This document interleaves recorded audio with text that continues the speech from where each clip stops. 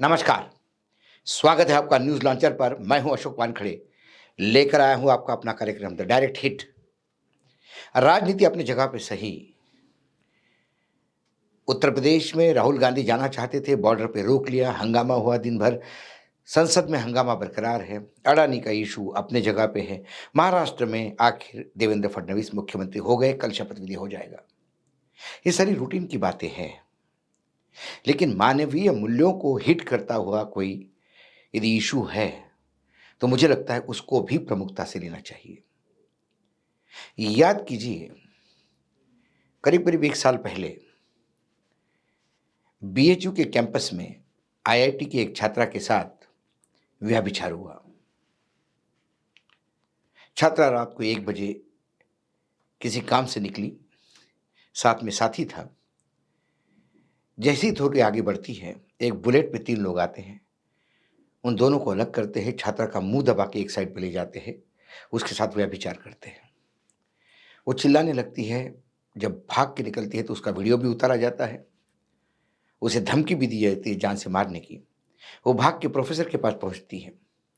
Professor उसे gate तक छोड़ता है, फिर सिक्योरिटी गार्ड आते हैं, वो उसको हॉस्टल में लेके जाते हैं। कुछ दिन शांत, 1-2 दिन के बाद फिर ये मामला एकाएक छात्र उठा लेता है। पुलिस एक्टिव होती है, आरोपी चिन्हित होते हैं, लेकिन पकड़ के बाहर है। एक मोदी जी के बारे में क्या कुछ बोल दिया तो आसाम से पुलिस फ्लाइट से आके प्लेन में बैठे हुए एक कांग्रेस के स्पोक्स पर्सन को उतार लेती है नीचे। इतनी प्रॉम्प्ट पुलिस। उत्तर प्रदेश की पुलिस से भी यही अपेक्षा थी, लेकिन पुलिस हाथ पे हाथ धरी बैठी थी। तीनों आरोपी मध्य प्रदेश में हो रहे चुनाव के लिए बीजेपी का प्रचार कर रहे थे, क्योंकि वो बीजेपी के आईटी सेल के सदस्य थे, पदाधिकारी थे। बाद में जब प्रेशर ज़्यादा बड़ा समाज का और सारी चीज़ें, वीडियो मिल गए, सीसीटीवी फुटेज मिल गए, सारी चीज़ें जब मैच हुई, तब 60 दिन बाद उन्हें पकड़ लिया गया। फिर पुलिस ने उनके ऊपर गैंगस्टर एक्ट और बहुत सारे एक्ट लगाते हुए उनका फास्ट ट्रैक कोर्ट में सुनवाई चालू हो गई। अब फास्ट ट्रैक कोर्ट में जब सुनवाई चालू हो गई तो जमानत उनको मिलने से रही।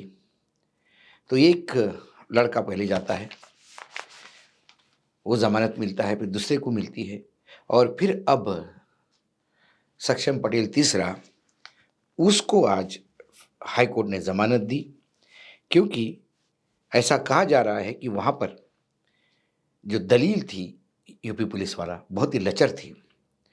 और जैसी जमानत मिले, लड़की जिस पे अत्याचार हुआ वो छुट्टी पे चली गई और उसके पास कोई चारा नहीं था।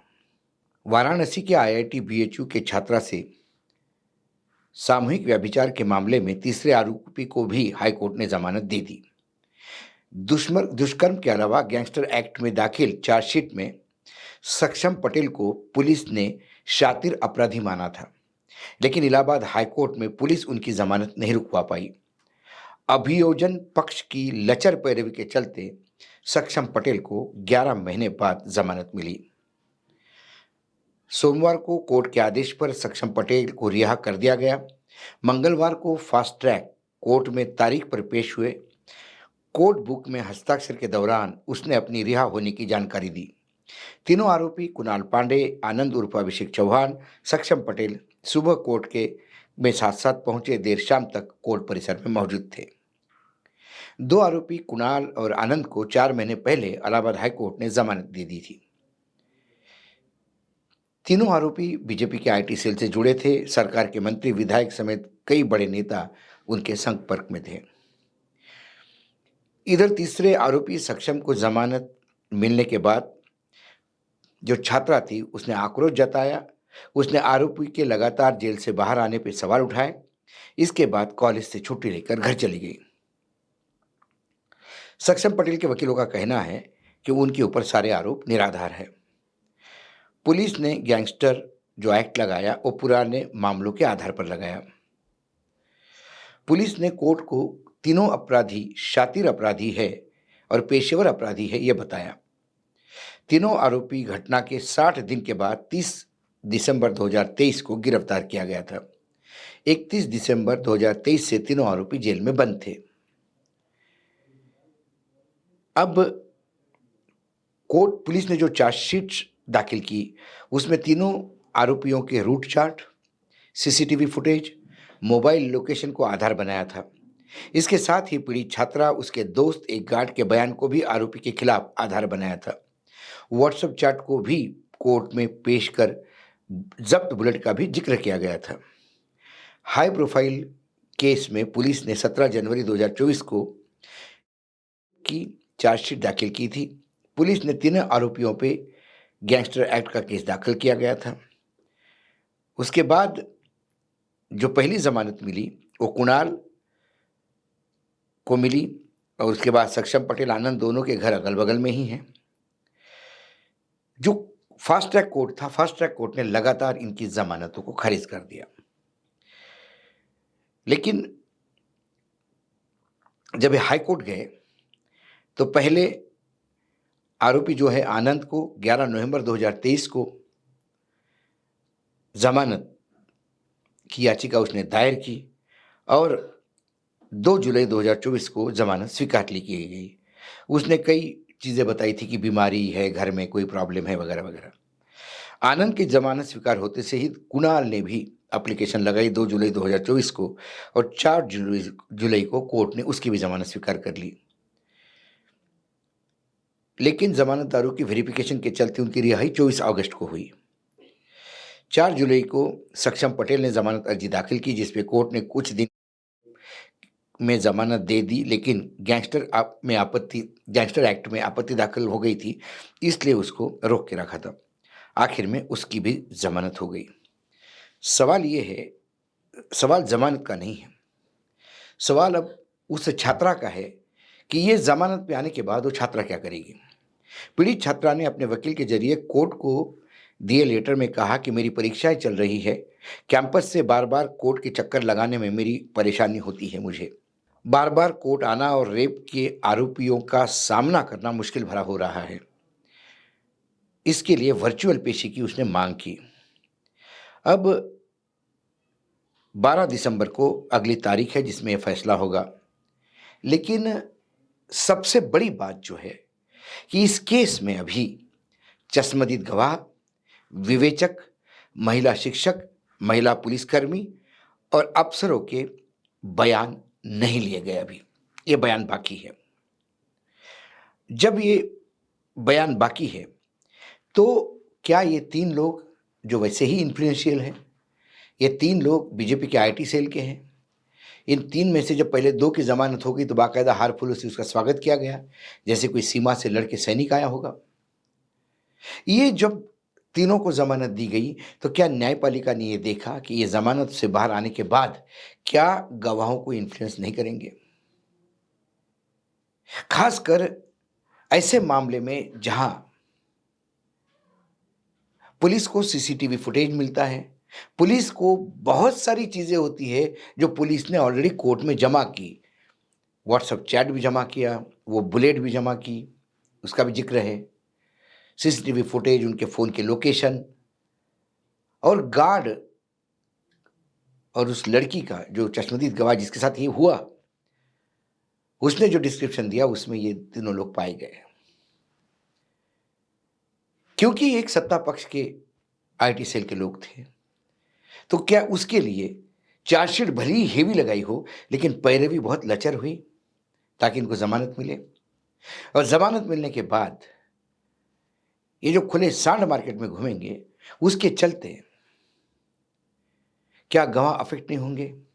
क्या उस लड़की को न्याय मिलेगा? राम की भूमि उत्तर प्रदेश, बनारस, काशी विश्वनाथ, इस पवित्र भूमि में ऐसे अपवित्र कांड करने वाले लोग यदि सत्ता पक्ष का संरक्षण पाए जाते हैं तो क्या उस लड़की को ये अभी गलती तो नहीं हो लग रही होगी कि उसने अपने ऊपर हुए अत्याचार और व्यभिचार के खिलाफ आवाज उठाई? क्योंकि जिस हिसाब से चीज़ें हो रही है और जिस हिसाब से लचरता से केस प्रेज़ेंट किया जा रहा है, पूर्ण रूप से अभी गवाहियाँ भी पेश हुई नहीं और आरोपी को छोड़ देते हैं, तो कहीं न कहीं डर ये होता है कि आरोपी कहीं ये तो नहीं हो, गवाह को अफ़ेक्ट तो नहीं करेंगे। तो फिर हम किस नारी शक्ति की बात करते हैं? इस देश के राष्ट्रपति पद पर यदि किसी नारी को विराजमान कर आप ये कहते हैं कि आपने नारी का सम्मान किया, तो फिर ये क्या है? यदि इस सत्ता पक्ष को ऐसा लगता होगा या सरकार को ऐसा लगता होगा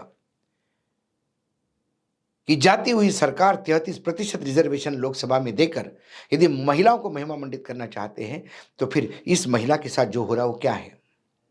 लाडली बहना को आप पैसे देते हैं, लेकिन क्या लाडली बहना की बेटी की इज्जत लूटने का आपको अधिकार है? ये सवाल है। ओलंपिक मेडल विजेता महिलाओं के साथ क्या हुआ, ये तो हम तो कई बार बोल चुके हैं। लेकिन उस व्यभिचारियों को भी सत्ता संरक्षण देती है, क्योंकि वो सत्ता का एक बड़ा नेता है। तो फिर क्या महिला शक्ति, आधी आबादी के प्रति आपका समर्पण, महिलाओं के लिए अलग-अलग योजनाएं, ये मात्र मगरमच्छ के आंसू हैं? वास्तविकता वो है जो आईआईटी बीएचयू में आईआईटी की छात्रा के साथ हुआ, ये वास्तविकता है।